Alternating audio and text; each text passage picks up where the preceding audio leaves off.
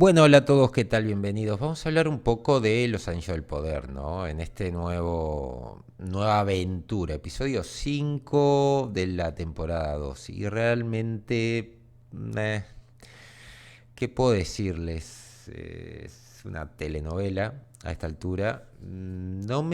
A ver, no es ya ni siquiera un tema de que termine molestando el ver esto, pero bueno, hay alusiones, para sacar algo bueno, a cosas del libro, pero claro, son alusiones y la escritura ya a esta altura está por todos lados.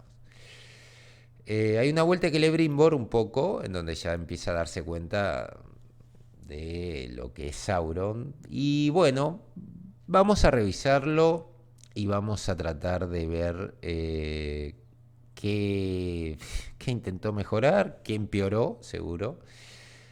Pero bueno, a ver, es muy complicado este capítulo. Creo que no aporta tanto como debería. Y además ha hecho un par de cambios al lore, aunque hay alusiones, ha hecho unos cambios que no, digamos, no mejoran bajo ningún concepto lo que está escrito, ¿no? Empezamos un poco con un súper prólogo, ¿no? Donde te van contando todo lo que ha pasado en toda esta segunda temporada, aparte de la primera y demás.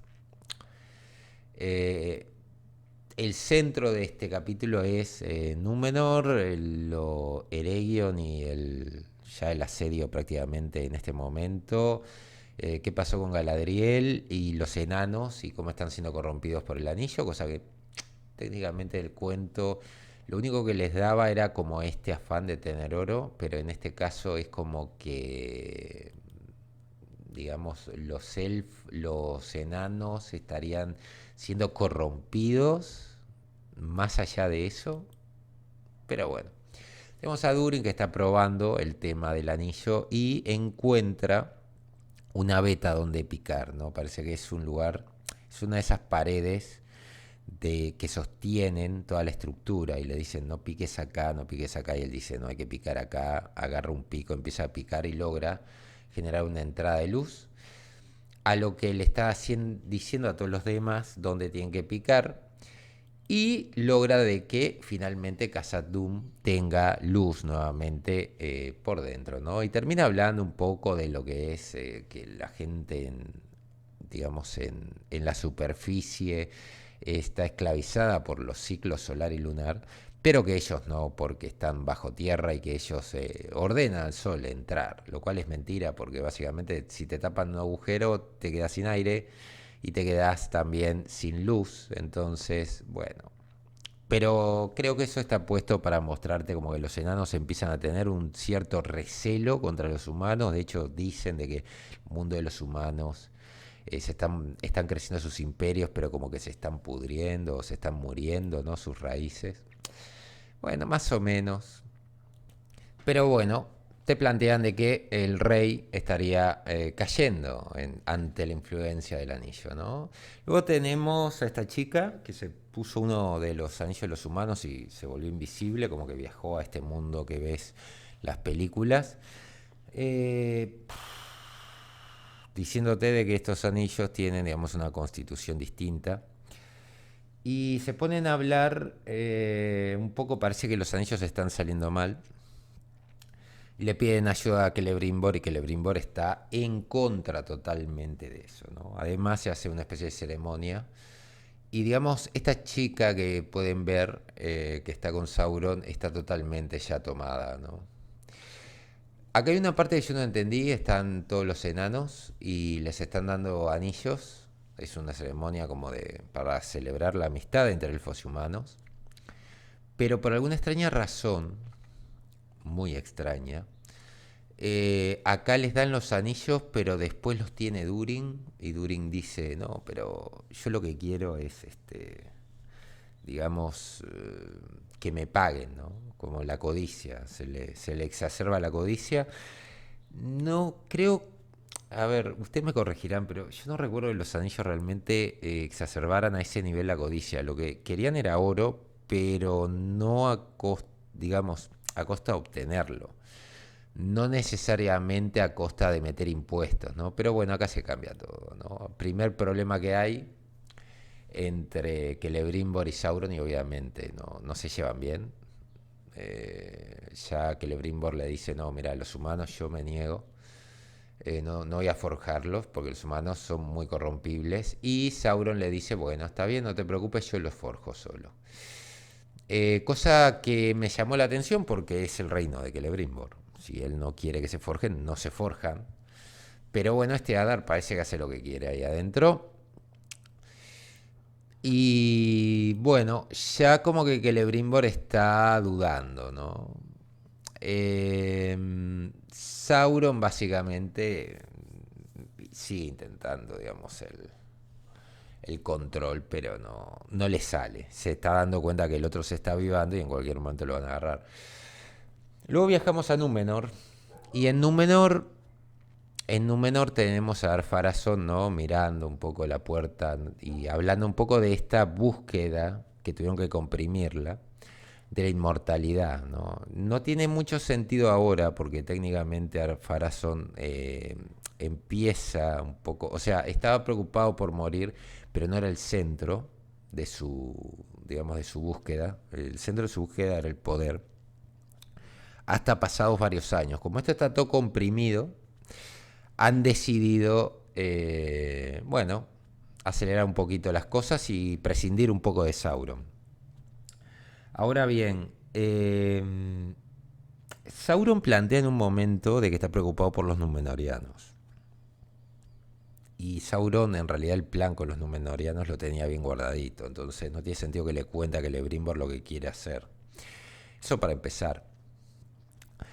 Lo otro que me tiene bastante preocupado, diría, es el tema de Ar-Pharazôn, los fieles y los leales al rey. Acá te quieren mostrar un poco eso.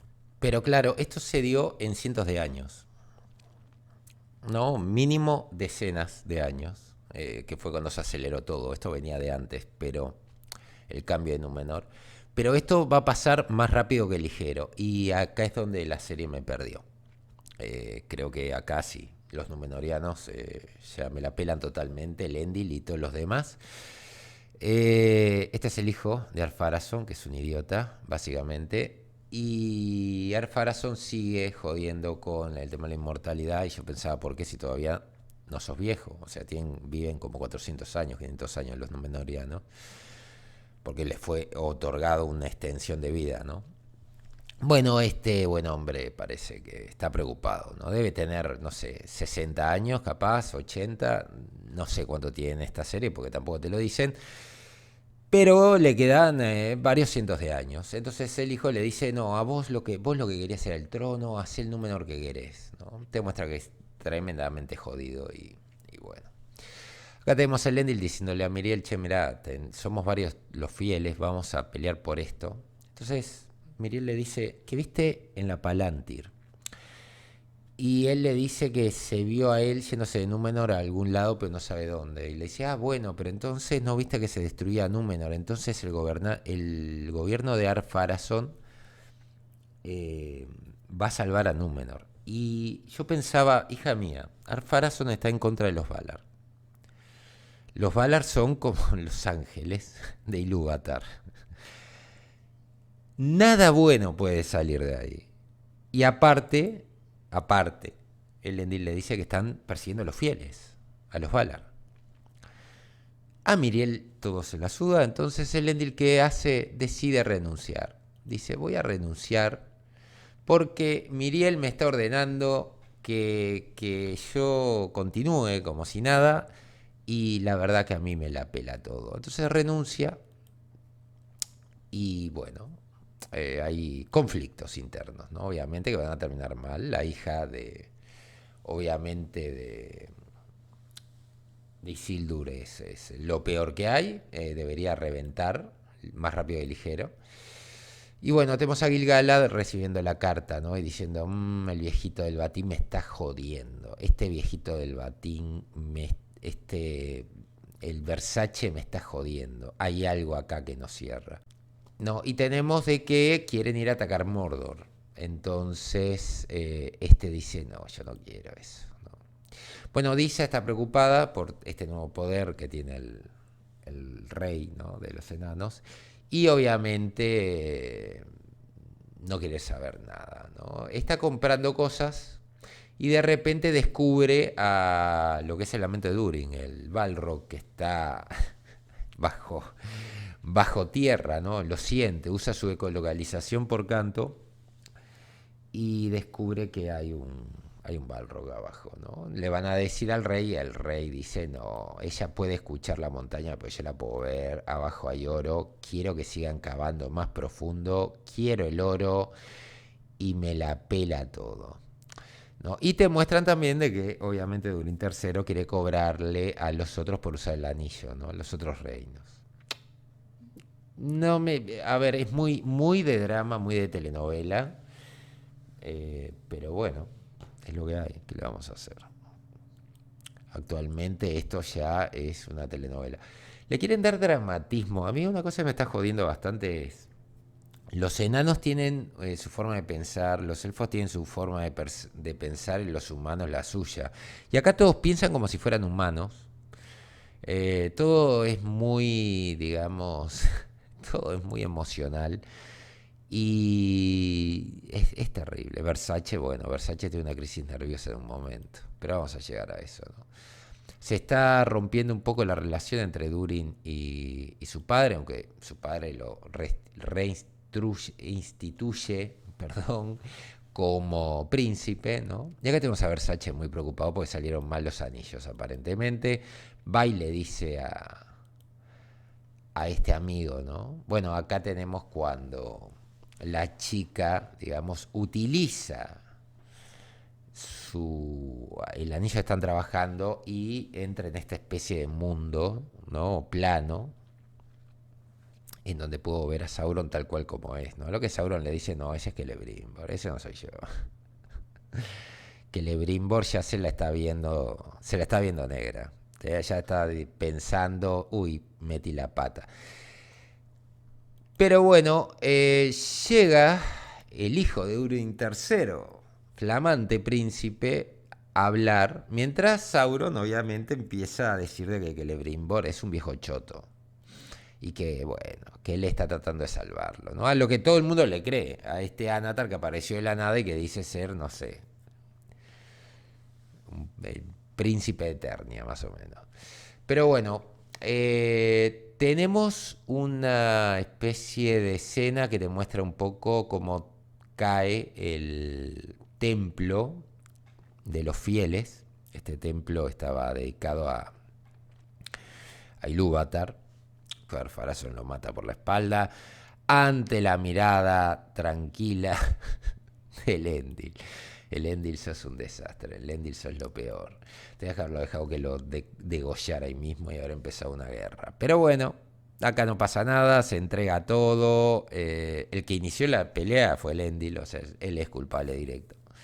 Tenía que haber agarrado a los fieles y haberse ido en un menor y haber abandonado todo. Pero bueno, es así, le decís a la reina, vení conmigo y chao, ya está. Tenemos tenemos una discusión entre Sauron y Celebrimbor que le dice, che, los anillos no funcionan, hay algo mal con los anillos que se forjaron, ¿qué le hiciste a los anillos? Y este dice, no, nada.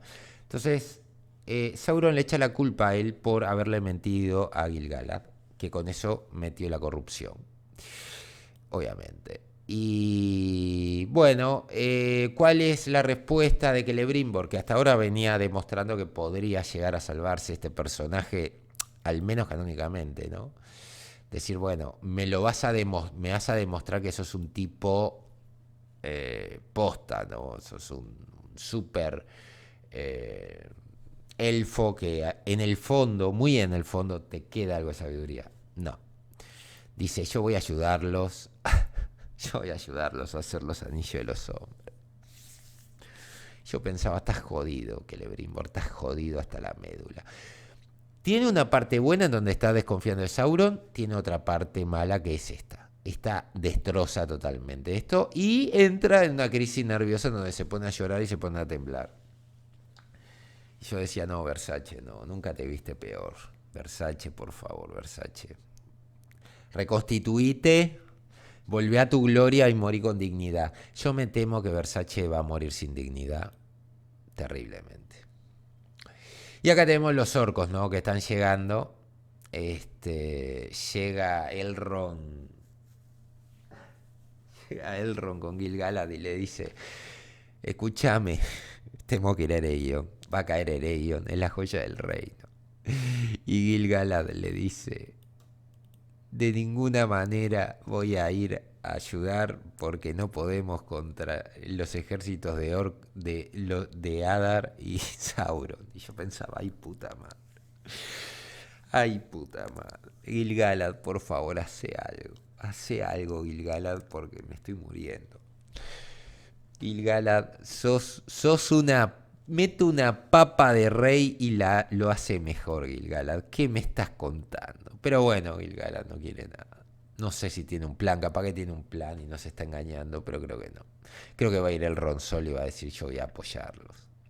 Y acá te muestran a la princesa Galadriel, ¿no? Que obviamente quiere escapar, ¿no? Usando a Adar y le dice: te traje como una potencial aliada, ¿no?